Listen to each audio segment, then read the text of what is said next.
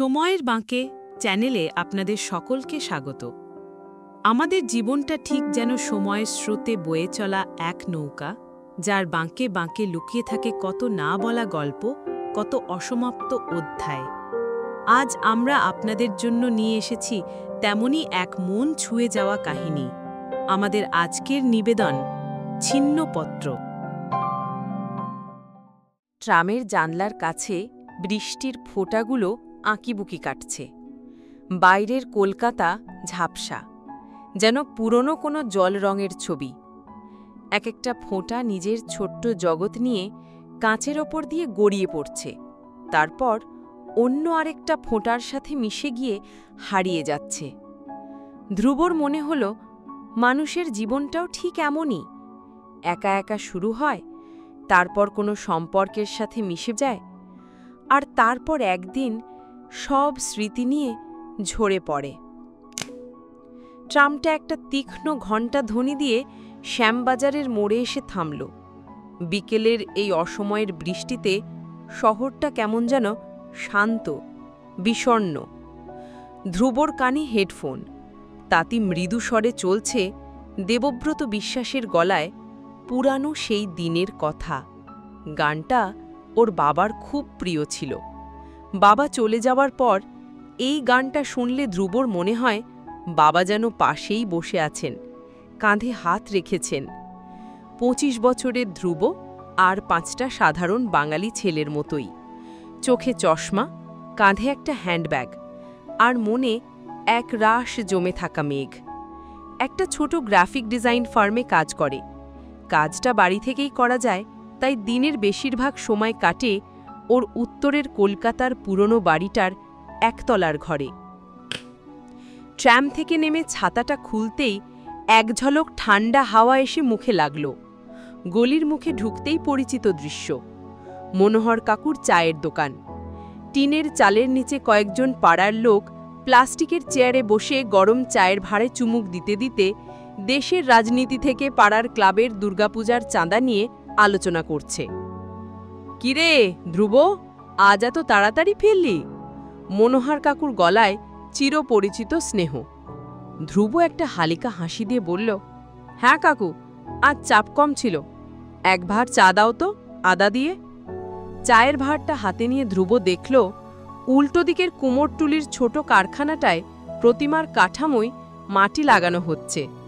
বাঁশ আর খড়ের কাঠামোর ওপর শিল্পীর হাতের ছোঁয়ায় একটু একটু করে জেগে উঠছেন দেবী। এই দৃশ্যটা ধ্রুবর খুব প্রিয়। মনে হয় শূন্যতার ভেতর থেকে যেন প্রাণের সৃষ্টি হচ্ছে। ওর নিজের জীবনটাও তো অনেকটাই খড়ের কাঠামোর মতোই, শুধু কোনো শিল্পী নেই যে ভালোবাসার মাটি দিয়ে তাকে পূর্ণ করবে। বাড়িতে ঢুকতেই মা রান্নাঘর থেকে মুখ বাড়ালেন, এসে গেছিস? যা হাত মুখ ধুয়ে আয়, মুড়ি মেখেছি। ধ্রুবর পৃথিবীটা এই দুটো মানুষকে ঘিরেই, বাইরে মনোহর কাকু আর ভেতরে মা। বাবা চলে যাবার পর মা যেন আরও চুপচাপ হয়ে গেছেন। ধ্রুবর সাথেও খুব বেশি কথা বলেন না, কিন্তু ছেলের প্রতিটা প্রয়োজন নিঃশব্দে মিটিয়ে দেন। ধ্রুব জানে এই নীরবতার আড়ালে একটা গভীর শূন্যতা লুকিয়ে আছে, ঠিক ওর নিজের মতোই। নিজের ঘরে এসে ব্যাগটা রেখে ধ্রুব জানলার কাছে গিয়ে দাঁড়াল। বৃষ্টিটা ধরে এসেছে, ভেজা মাটির সোঁদা গন্ধ ভেসে আসছে। জানলার গ্রিল ধরে দাঁড়িয়ে ওর কলেজের দিনগুলোর কথা মনে পড়ে গেল। ঠিক এমনই এক বৃষ্টির দিনে কলেজ স্ট্রিটে ইরার সাথে ওর প্রথম আলাপ হয়েছিল। ইরা নামটা মনে পড়তেই বুকের ভেতরটা কেমন যেন করে ওঠে। একটা মিষ্টি যন্ত্রণা, যা গত 5 বছরে একটুও কমেনি। প্রেসিডেন্সির করিডোর, কফি হাউসের ধোঁয়া ওঠা কফির কাপ, একসাথে ট্রামে করে ফেরা, কলেজ স্ট্রিটে পুরনো বইয়ের দোকানে ঘণ্টার পর ঘণ্টা কাটানো, সব যেন এক একটা সিনেমার দৃশ্য হয়ে চোখের সামনে ভাসে। ইরা ছিল ঠিক ঝর্ণার মতো, চঞ্চল, প্রাণবন্ত। ওর হাসিতে পুরো পৃথিবীটা উজ্জ্বল হয়ে যেত। ধ্রুব ছিল শান্ত, চুপচাপ। ওকে বলতো, ইরা বলতো, তুমি আমার জীবনের ধ্রুবতারা। আমি যতই হারিয়ে যাই, তোমায় দেখেই পথ খুঁজে নেব। কিন্তু পথটা একদিন সত্যিই হারিয়ে গেছিল। একটা ছোট্ট ভুল বোঝাবুঝি, কিছুটা ইগো, আর অনেকটা নীরবতা, সব মিলিয়ে ওদের সম্পর্কটা একটা অসমাপ্ত কবিতার মতো শেষ হয়ে গেছিল। শেষবার যখন দেখা হয়েছিল, ইরা শুধু বলেছিল, ভালো থেকো ধ্রুব। ওর চোখে জল ছিল কিনা ধ্রুব দেখার সাহস পায়নি। তারপর থেকে ধ্রুবর জীবনটা এই পুরনো বাড়ির মতোই সাকিন, স্থির। দিনের বেলা কাজ, বিকেলে মনোহার কাকুর দোকানে এক ভাঁড় চা, আর রাতে মায়ের হাতের রুটি। মাঝে মাঝে পুরনো বন্ধুদের ফোন আসে, আড্ডার জন্য ডাকে, কিন্তু ধ্রুব এড়িয়ে যায়। ওর ভয় করে, পুরনো আড্ডায় যদি হঠাৎ ইরার কথা ওঠে, যদি কেউ জিজ্ঞেস করে, কিরে তোদের তো বিয়ে হওয়ার কথা ছিল, এই প্রশ্নগুলোর উত্তর দেবার মতো শক্তি ওর নেই। ও ল্যাপটপটা খুলে আজকের কাজের ফাইলটা ওপেন করল। একটা নতুন শাড়ির ব্র্যান্ডের জন্য দুর্গাপূজার থিমের ডিজাইন। মডেলের হাসিমুখের দিকে তাকিয়ে ওরা আবার ইরার কথা মনে পড়ে গেল। এইরকমই একটা লাল পাড় সাদা শাড়ি পরে ইরা একবার পূজার অষ্টমীর দিন ওর সাথে প্যান্ডেলে গেছিল। অঞ্জলি দেওয়ার সময় ইরার ভেজা চুল থেকে জল গড়িয়ে পড়েছিল ওর হাতে। সেই স্পর্শটা আজও ধ্রুবর আঙুলে লেগে আছে। রাত বাড়ছে, বাইরে পাড়াটা আস্তে আস্তে ঘুমিয়ে পড়ছে। ধ্রুবর মা এসে রাতের খাবার দিয়ে গেছেন। ধ্রুবর খেতে ইচ্ছে করছে না। ও ব্যালকনিতে এসে দাঁড়ালো। হলুদ আলোয় ভেজা পিচের রাস্তাটা চিকচিক করছে। দূরে কোথাও থেকে একটা পুরনো হিন্দি গান ভেসে আসছে। জীবনটা কেমন যেন একটা ঘোরের মধ্যে দিয়ে কেটে যাচ্ছে। কোনো আশা নেই, বিশেষ কোনো দুঃখ আর নতুন করে কষ্ট দেয় না। একটা অভ্যেসে পরিণত হয়েছে সবকিছু। হঠাৎ করেই ফোনটা বেজে উঠল। স্ক্রিনে রণ নামটা ভাসছে। রণ, কলেজের সবচেয়ে কাছের বন্ধু। অনেক দিন কথা হয় না। ফোনটা ধরতেই ওপাশ থেকে রণর উত্তেজিত গলা ভেসে উঠল। কিরে, বেঁচে আছিস? ফোন ধরিস না, মেসেজের রিপ্লাই দিস না, ব্যাপার কি? ধ্রুব একটা শুকনো হাসি দিয়ে বলল, আছি রে, কাজের চাপ একটু বেশি। তুই কেমন আছিস? আমি দারুণ আছি, আর একটা দারুণ খবর দেবার জন্যই ফোন করেছি। সামনের মাসে আমার বিয়ে। ধ্রুবর মনটা একটু ভালো হয়ে গেল। বাহ, দারুণ খবর তো, কংগ্র্যাচুলেশনস। কে সেই ভাগ্যবতী? রণ হাসতে হাসতে বলল, সেসব দেখা হলে বলবো, তোকে কিন্তু আসতেই হবে, কোনো অজুহাত শুনব না।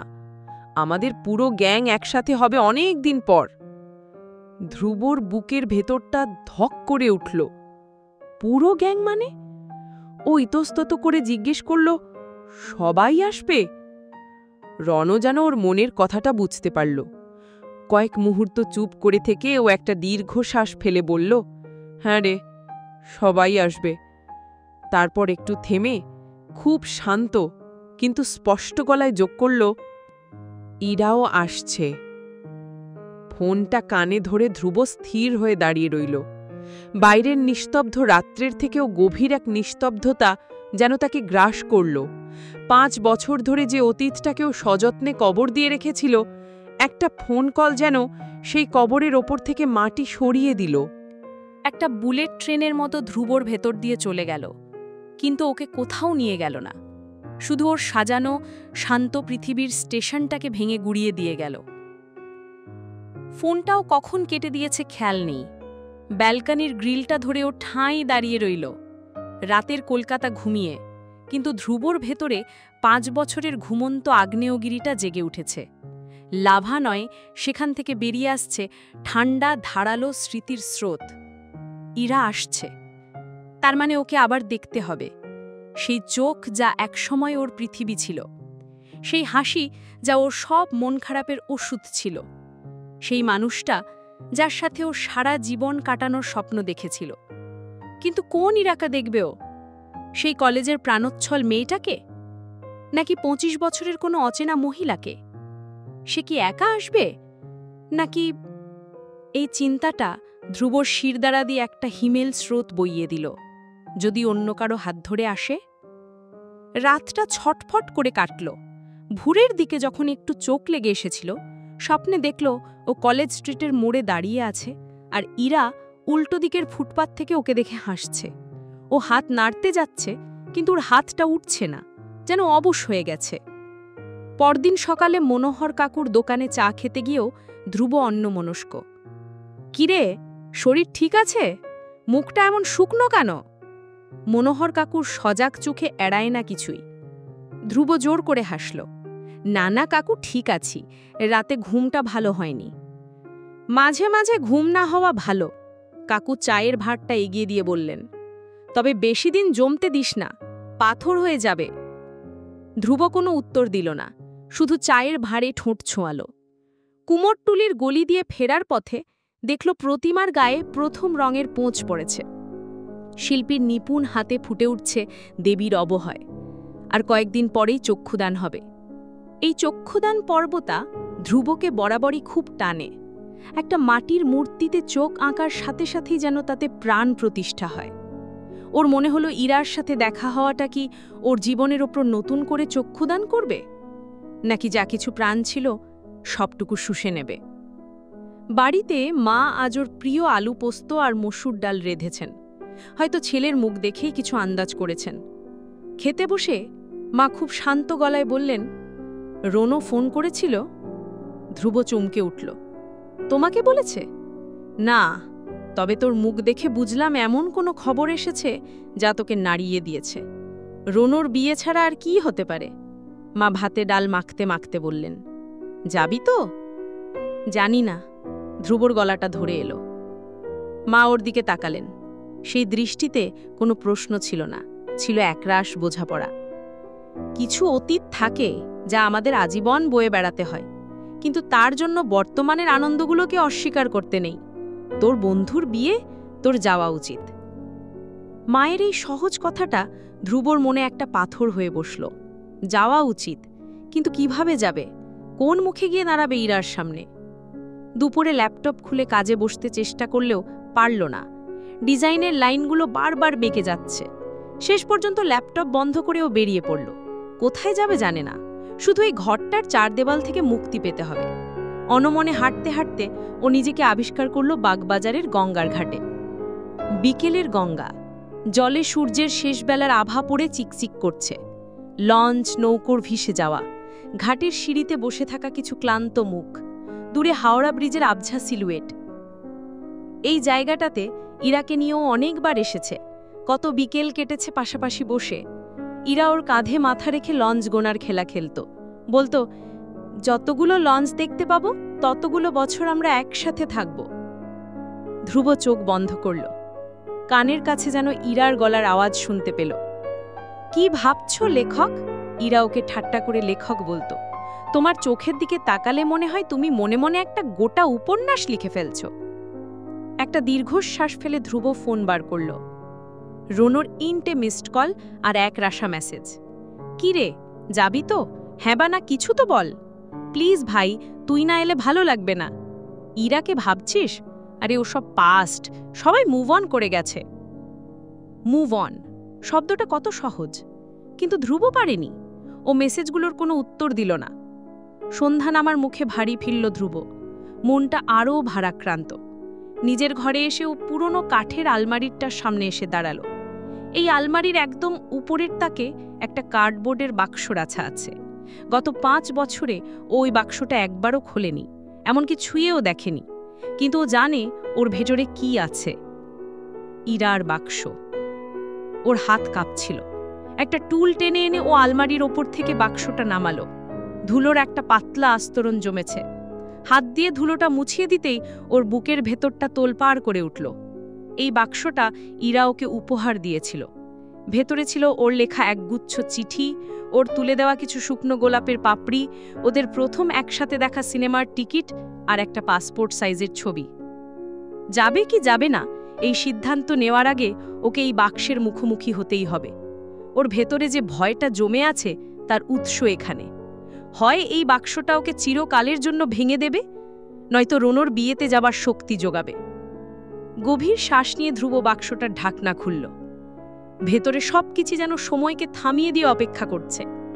প্রথম যে চিঠিটা উপরে ছিল তার ভাঁজ খুলতেই ইরার মুক্তোর মতো হাতের লেখা ভেসে উঠল, প্রিয় ধ্রুবতারা। কিন্তু চিঠিতে চোখ গেল না। ওর দৃষ্টি আটকে গেল পাশে রাখা ছবিটার ওপর। একটা ছোট্ট ল্যামিনেশন করা ছবি। প্রেসিডেন্সির সরস্বতী পূজার দিন তোলা। হলুদ শাড়ি পরে ইরা ওর দিকে তাকিয়ে হাসছে, সেই হাসি যা ওর পুরো জগৎকে আলো করে রাখত। ধ্রুব ছবিটা হাতে নিল। ওর মনে হলো ছবির ভেতর থেকে ইরা যেন সরাসরি ওর চোখের দিকে তাকিয়ে আছে। ওর ঠোঁট কাঁপছে। 5 বছর ধরে চেপে রাখা একটা কষ্ট, একটা তীব্র অভিমান আর বাঁধ ভাঙা ভালোবাসা একসাথে ওর গলা পর্যন্ত উঠে এলো। ও ছবিটার দিকে তাকিয়ে ফিসফিস করে প্রশ্ন করল, কেন করেছিলে এমনটা ইরা? এই প্রশ্নটা কোনো উত্তর নিয়ে আসলো না, শুধু ওর ভেতরের সমস্ত দ্বিধা, দ্বন্দ্ব আর ভয়কে এক বিন্দুতে এনে দাঁড় করালো। এটা শুধু রনোর বিয়েতে যাওয়া বা না যাওয়ার প্রশ্ন নয়, এটা ওর নিজের জীবনের মুখোমুখি হওয়ার প্রশ্ন। ছবিটার দিকে তাকিয়ে থাকা ধ্রুবর ভেতরের 5 বছরের জমাট বরফটা গলতে শুরু করল। এতদিন ওর মনে ছিল একরাশ অভিমান আর গুস্সা। কেন ইরা কিছু না বলে চলে গেল? কেন একটা শেষ লড়াই করল না? কিন্তু আজ, এই মুহূর্তে, ওর মনে শুধু একটাই প্রশ্ন ঘুরপাক খাচ্ছে, কেন? এই কেনর উত্তর না পেলে রনর বিয়েতে যাওয়া অসম্ভব। সেখানে ইরার মুখোমুখি হওয়া মানে একটা জীবন্ত আগ্নেয়গিরির সামনে দাঁড়িয়ে থাকা। ধ্রুব বাক্সটার ভেতরে হাঁটড়ালো। একটার পর একটা চিঠি, কলেজের ক্যান্টিনে বসে লেখা, লাইব্রেরির খাতার পাতা ছিঁড়ে লেখা, এমনকি ট্রামের টিকিটের পেছনেও লেখা 2-4 লাইন। প্রতিটা শব্দে যেন ইরার গলার স্বর, ওর হাসির শব্দ লেগে আছে। একটা নীল খামের চিঠি খুলতেই ওর চোখ আটকে গেল।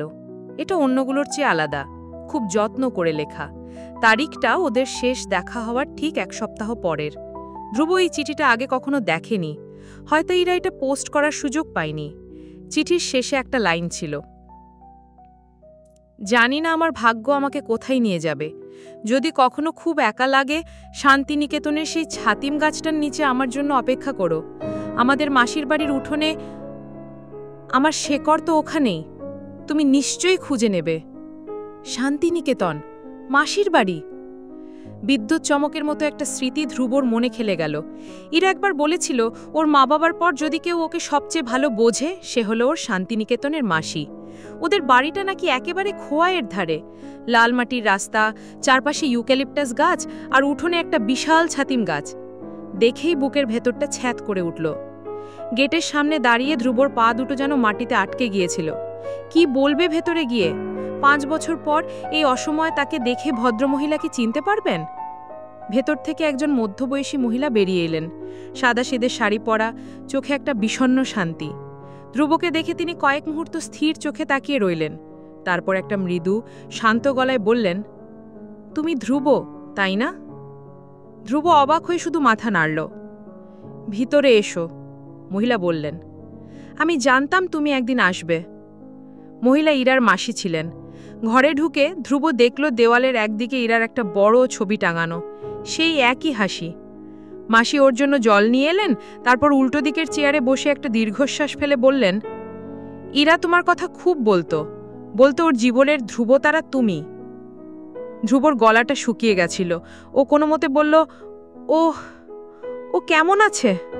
কোথায় আছে? মাসি কয়েক মুহূর্ত চুপ করে রইলেন। বাইরের জানলা দিয়ে খোয়াইয়ের লাল ধুলো উঠতে দেখা যাচ্ছে। ও ভালো নেই ধ্রুব, ভালো থাকার অভিনয় করে যাচ্ছে। এরপর মাসির মুখ থেকে যে গল্পটা ধ্রুব শুনল, তা ওর পায়ের তলা মাটি সরিয়ে দেওয়ার জন্য যথেষ্ট ছিল। ওদের শেষ দেখা হওয়ার কিছুদিন পরই ইরার বাবার ব্যবসায় বিশাল ক্ষতি হয়। দেনার দায় বাড়ি গাড়ি সব বিক্রি হওয়ার উপক্রম হয়। ঠিক সেই সময় ইরার জন্য একটা বিয়ের সম্বন্ধ আসে। ছেলেটি বাবার এক পুরনো বিজনেস পার্টনারের ছেলে, লন্ডনে প্রতিষ্ঠিত। শর্ত ছিল একটাই, বিয়ের পর ইরাকে লন্ডনে চলে যেতে হবে এবং কলকাতার সাথে সমস্ত পুরনো সম্পর্ক শেষ করে দিতে হবে। ইরার বাবা মায়ের সম্মান, চিকিৎসা আর ভেঙে পড়া সংসারটাকে বাঁচানোর জন্য ইরার সামনে ওই বিয়েটা করা ছাড়া আর কোনো পথ ছিল না। ও তোমাকে জানাতে চেয়েছিল। মাসিরেদা গলা ধরে এলো। অনেকবার চেষ্টা করেছিল, কিন্তু ওর বাবা ওকে আটকাতেন। তিনি ভয় পেতেন, তুমি যদি ওকে আটকানোর চেষ্টা করো তাহলে ও দুর্বল হয়ে পড়বে, ওর হিসিখাতা বৃথা যাবে। ধ্রুবর কান দিয়ে যেন গরম সীসা ঢেলে দেওয়া হলো। ওর 5 বছরের জমানো অভিমান, রাগ, কষ্ট সবকিছু এক মুহূর্তে অর্থহীন হয়ে গেল। ইরা ওকে ঠকায়নি, ইরা নিজেকে উৎসর্গ করেছিল। একটা গোটা পরিবারকে বাঁচানোর জন্য নিজের ভালোবাসা, নিজের স্বপ্নকে কবর দিয়েছিল। ওর বিয়ে হয়ে গেছে? কাঁপা কাঁপা গলায় প্রশ্ন করল ধ্রুব। মাসি মাথা নাড়লেন। হ্যাঁ, বছর 3 হলো।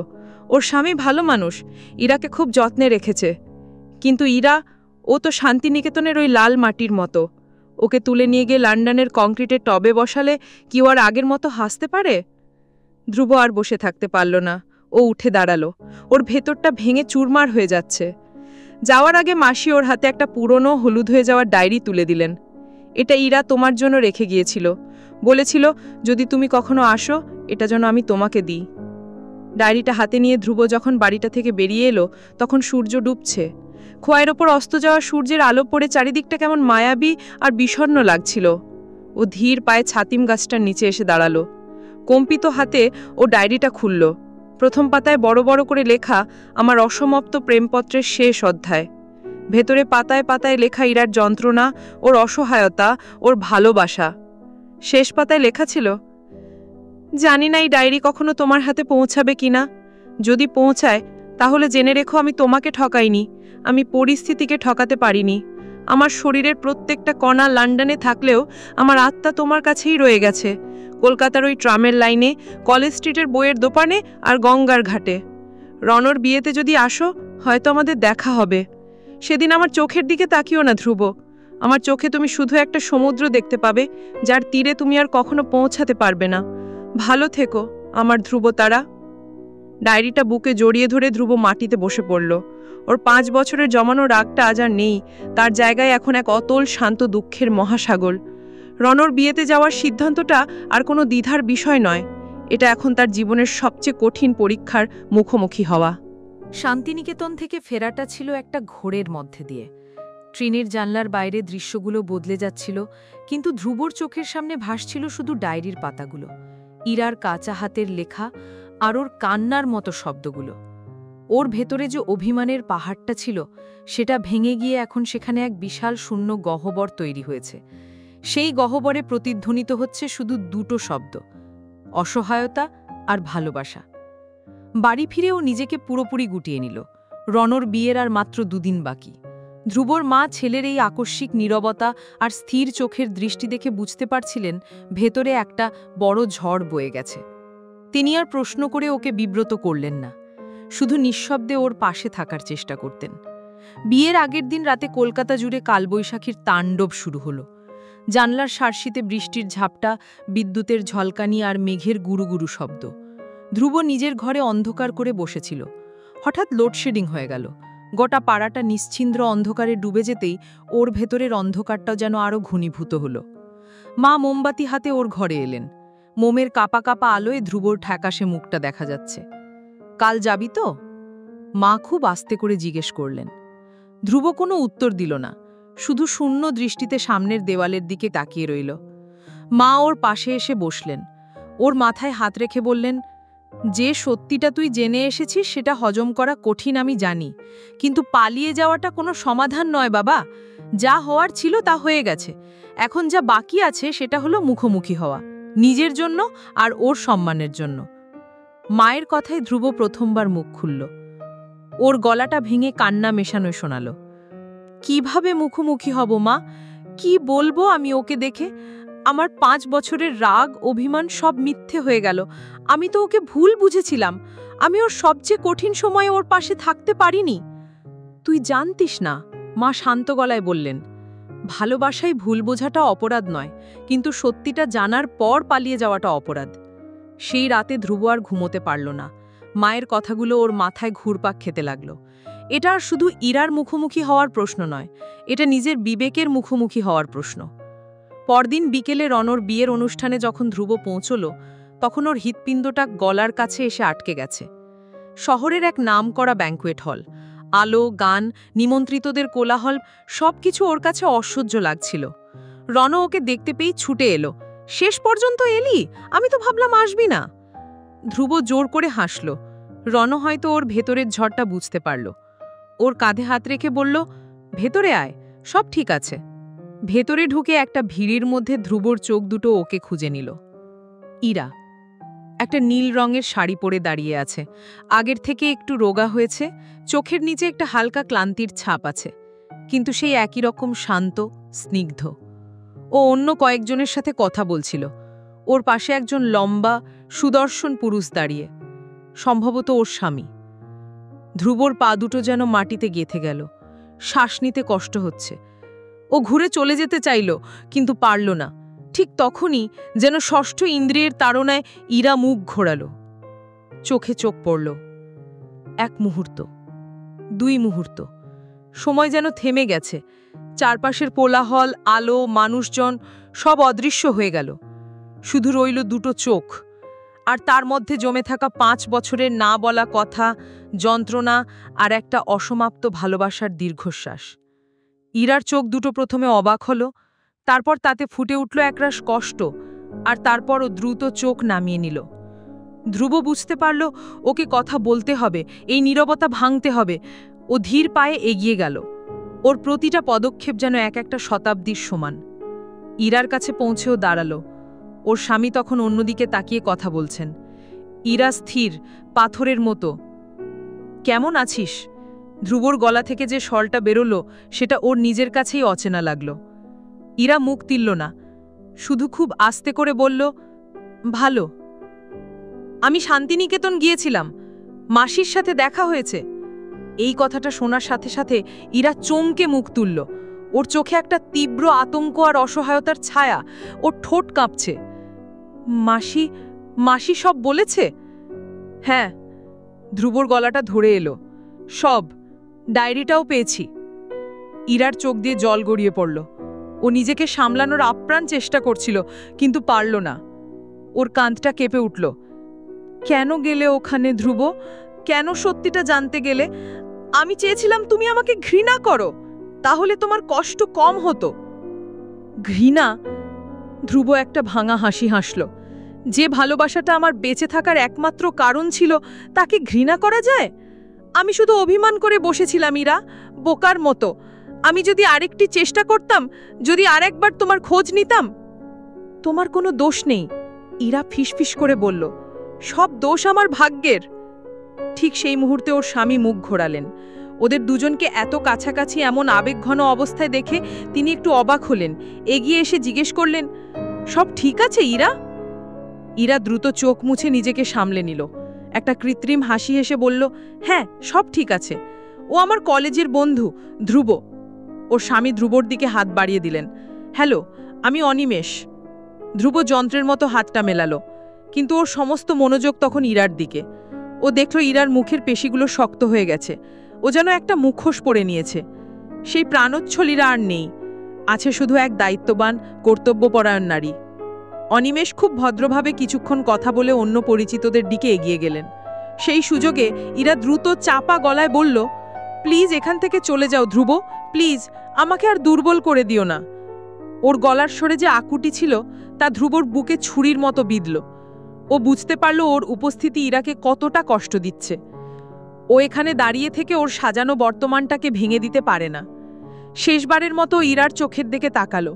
সেই চোখে এখন আর কোনো অভিযোগ নেই, আছে শুধু একরাশ ক্ষমা আর সীমাহীন ভালোবাসা। ভালো থেকো ইরা, ফিসফিস করে বলে ধ্রুব জুড়ে দাঁড়ালো। ও আর পেছনে ফিরে তাকালো না। ব্যাঙ্কুয়েট হলের আলো, কোলাহল পেরিয়েও যখন বাইরের অন্ধকারে এসে দাঁড়ালো, তখন ওর ভেতরটা পুরোপুরি খালি। কোনো কষ্ট নেই, রাগ নেই, অভিমান নেই, শুধু এক ধরনের শূন্যতা, এক ধরনের আত্মসমর্পণ। যা হওয়ার ছিল তা হয়ে গেছে। যে অধ্যায়টা অসমাপ্ত ছিল, আজ সেটা শেষ পাতাটা লেখা হয়ে গেল। রাস্তায় নেমেও আকাশের দিকে তাকালো। কালবৈশাখীর পর আকাশটা পরিষ্কার, কিছুটা তারা টিমটিম করে জ্বলছে।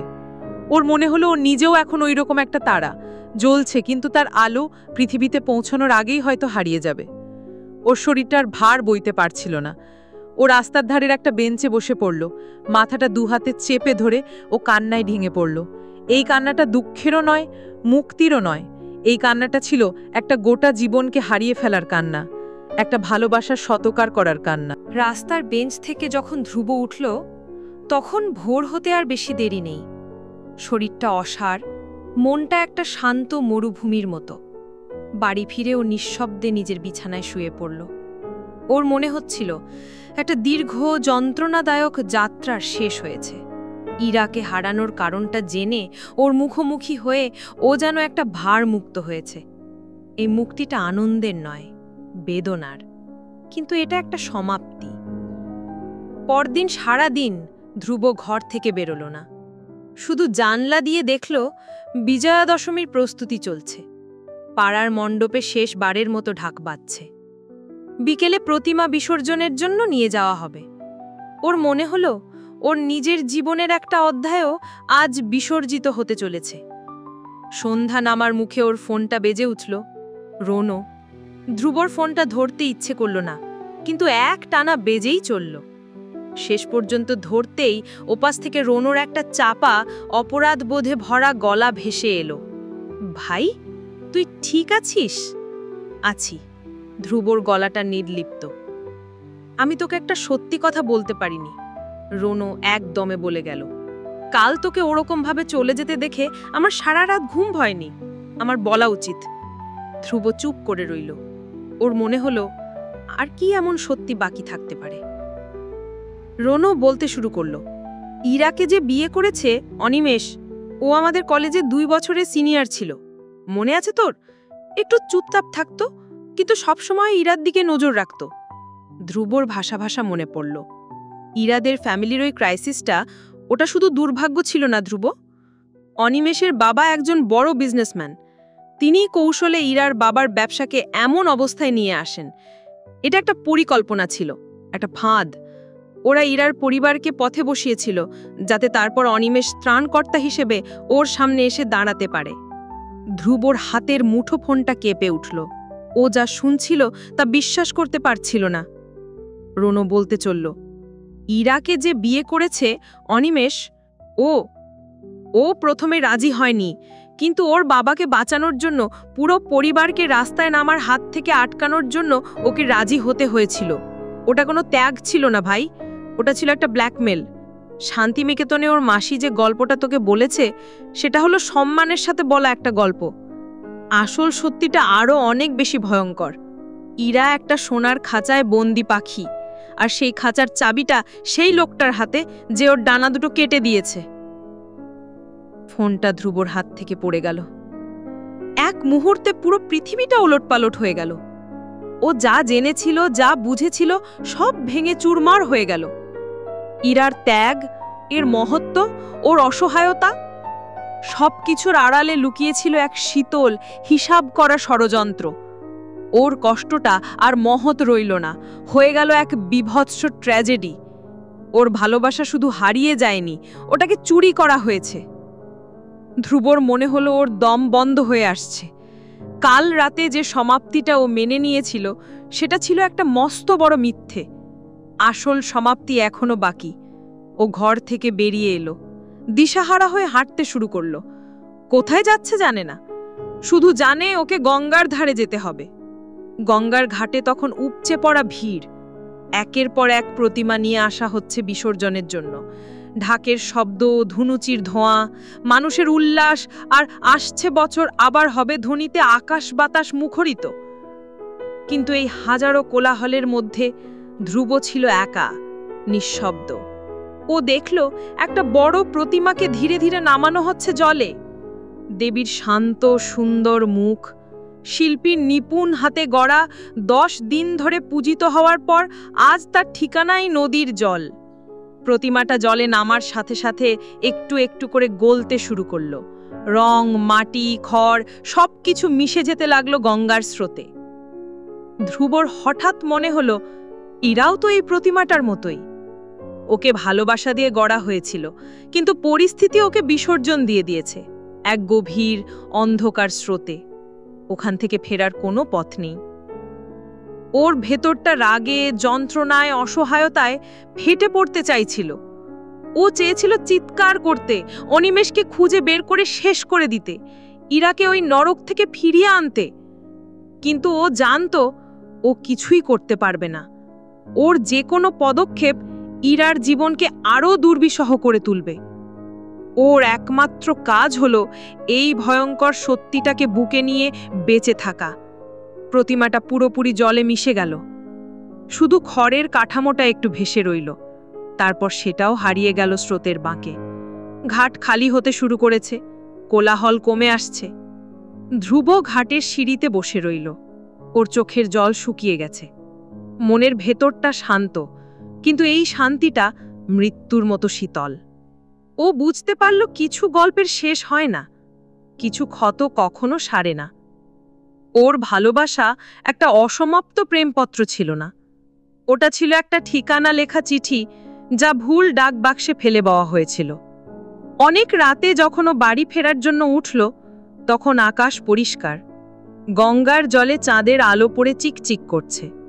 ধ্রুব আকাশের দিকে তাকালো। ওর ধ্রুব তারাটা এখনো সেখানেই আছে, শুধু আজও জেনে গেছে ওই তারাটার আলো ওর কাছে পৌঁছানোর আগেই রাস্তায় অন্য কোনো কালো গহ্বর শুষে নিচ্ছে। কিছু বিদায় বলে কয়ে আসে না, কিছু বিদায় রোজ একটু একটু করে বাঁচতে হয়, নিঃশব্দে, একা। শেষ হলো আমাদের আজকের গল্প ছিন্নপত্র। ধ্রুব আর ইরার এই অসমাপ্ত কাহিনী যদি আপনার মন ছুঁয়ে গিয়ে থাকে, তাহলে আমাদের চ্যানেল সময়ের বাঁকেকে সাবস্ক্রাইব করে আমাদের এই যাত্রার সঙ্গী হন। ভিডিওটি লাইক করতে এবং আপনার মূল্যবান মতামত কমেন্টে জানাতে ভুলবেন না। আবার দেখা হবে নতুন কোনো গল্পের সাথে। ভালো থাকবেন।